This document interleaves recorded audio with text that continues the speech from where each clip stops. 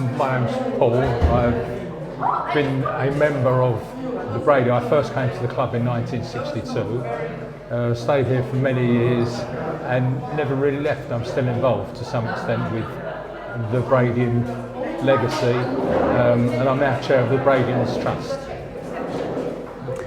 So yeah, my name's Poppy, and I came to the Brady Centre in 2017 when I was a bit younger, and took part in some of their music and event nights that they had, and then got back in touch to start running some workshops here, and then now I work with a team to sort of deliver the different projects and youth projects and support sessions. So this project is the Brady Legacy Project, and the way I would describe it is an opportunity to reflect and celebrate and archive just what is this building, what does it mean to different people, and to open like intergenerational dialogues as well and learn from each other's experience. Speaking to people who've used it over the many years it's been open, has changed your opinion of how it's used or enhanced it? Oh yeah, like I think definitely, because that type of information you can't really find it out unless you have those types of conversations, because especially, I know there has been a book written about this centre, but a lot of the personal anecdotes and stories get sort of lost sometimes, and it's only when you can actually sit there and ask questions to people and find out. And yeah, my opinions, and not my opinions but more my knowledge has really opened up, especially considering the fact that it really brought home to me the fact that the way this centre was used, I think, in like previously to like the 60s and that type of thing, I think was on a much larger scale than it is actually used now in the capacity, in the sense that it was used from what I gather, it was used almost every day. Well, there was less opportunities. This was a home from home. A home from exactly. And it seemed like the doors were sort of open, that type of thing, and the sense also that the way that the migrations have changed in terms of it was a very Jewish area, and then how that changed in the 60s. There's still young people who need that support from whatever their background, their ethnicity. And it's so true, and I think it's the sense that I think what's kind of nice though is that the centre has still been used for similar purposes, and I know I see it helping a lot of people, helping me, helping the community. So I think what is also brought home to me is the fact that there's something about this space that does enable those types of connections. They say buildings talk, don't they? In the last workshop we had, like Paul and I had a really lovely conversation where we were mapping out like the route that you would all walk to get to the Brady Centre, and it was really like lovely to see all the different street names and to look at it.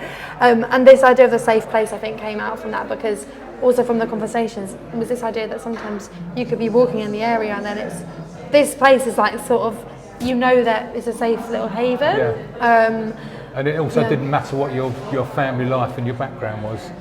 Once you came here, it was and people were sort of showing this idea that it was like a little microcosm that was safe. There wasn't any like racism. There was all positivity. So Poppy, can you tell me a little bit about this?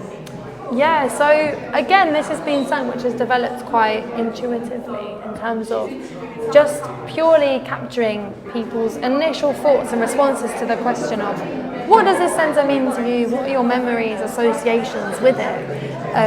So some of them are more visual responses, like this idea of freedom, I suppose, and stitching, embroidery, maps. We just gave people sort of no restrictions, and some are more text and anecdotes and stories. And again, using the fig leaf from the garden to sort of bring it all together. Yeah. I really like this project. The postcards that were written, somebody's written that we by coming here we avoided being in gangs. Yeah. But we were healthy competition, not gang competition, but healthy competition with other clubs. So there was still that element of opposition, but it was on a positive form, not negative. Exactly, yeah, and that's it. I think these types of spaces, you can take any emotion and then turn it into art, you can turn it into conversation, and there's also a sense of you're then also around people who are then giving you different opportunities as well. And there was a great story that came out of also that workshop day where it's like taking like people from the East End who might not have left the borough to the West End for the day, like the mentors and the older people, and like those sort of trips, opportunity. My first experience of being an adult, if you like, was 16, 17 years old, and one of the managers saying, "We're going out for a coffee after we close. You know, do you want to come with us?" And taking me up to the West End and going to a coffee bar. Exactly. Very, very grown-up thing to do at the time. And that was an introduction. That people expressing their initial emotions, being asked, "What do you remember about Brady?" And everything on here is positive, and that's people's first feeling, first thoughts. Either in terms of what they've written, or in terms of what they've embroidered or painted. I did an embroidery which I'm a bit disappointed is not on there because I know it was rubbish. But Oh no, is it not on might here? make it on there. But my written memories are on there. I'm sorry your embroidery's not on there. I think some of them might have slipped under. This is also a work in progress exhibition, so we're hoping we're still gathering and collecting and we can maybe make it even bigger.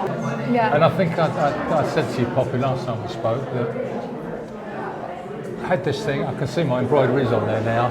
Oh, good. Yeah. Is this it? That's it, yeah. Oh my God. Yeah. What do you mean, Robert? This is very advanced. I had a happy home life, but I was not under the control of, but I did what my parents asked me to do. I went to school and it was, again, more disciplined. But when you came to club, you had the freedom to be what you wanted to be, do what you wanted to do.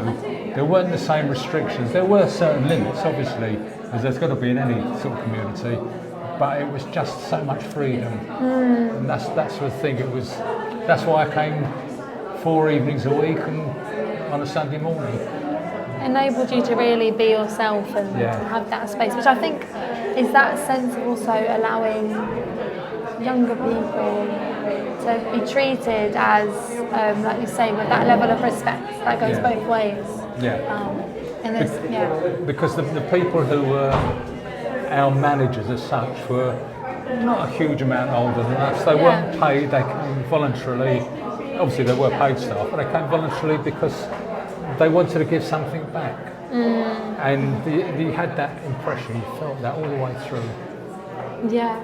Somebody's put up there a second home, and it's very true.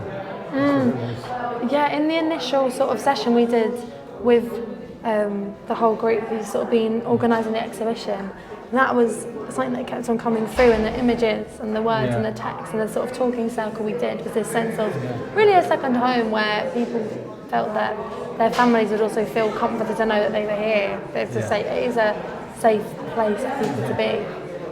And for some people it was an escape. Yeah. You know, for me it was an escape. Let's say I had a good home life, family life. For others it was a chance to have a good experience as opposed to maybe a negative one. That's it. And I think it doesn't, like you say, it's also the sense that the space brings people together. It doesn't matter about what your background is. No one's going to ask any questions in that sense. It's just a space to be, and everyone can benefit.